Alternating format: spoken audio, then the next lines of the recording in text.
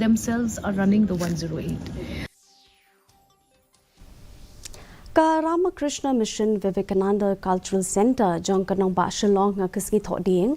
kalapan long ya ke National Youth Day kum shibentaban ken ma Burom ya ke lingkho sikha jong Uswami Vivekananda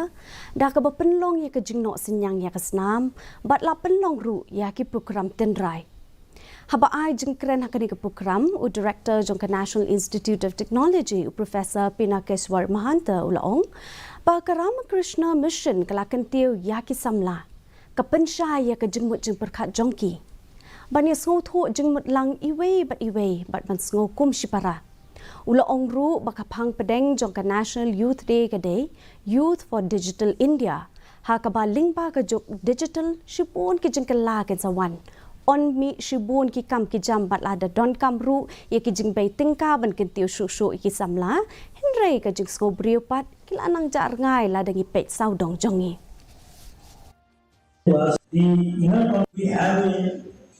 fleet of young minds, which other countries are not having. If you go to Japan and all, the number of average age of the people is 90 years, but their older generation is more prepared.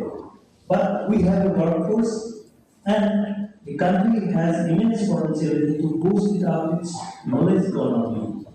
and become world with the help of its youth forces.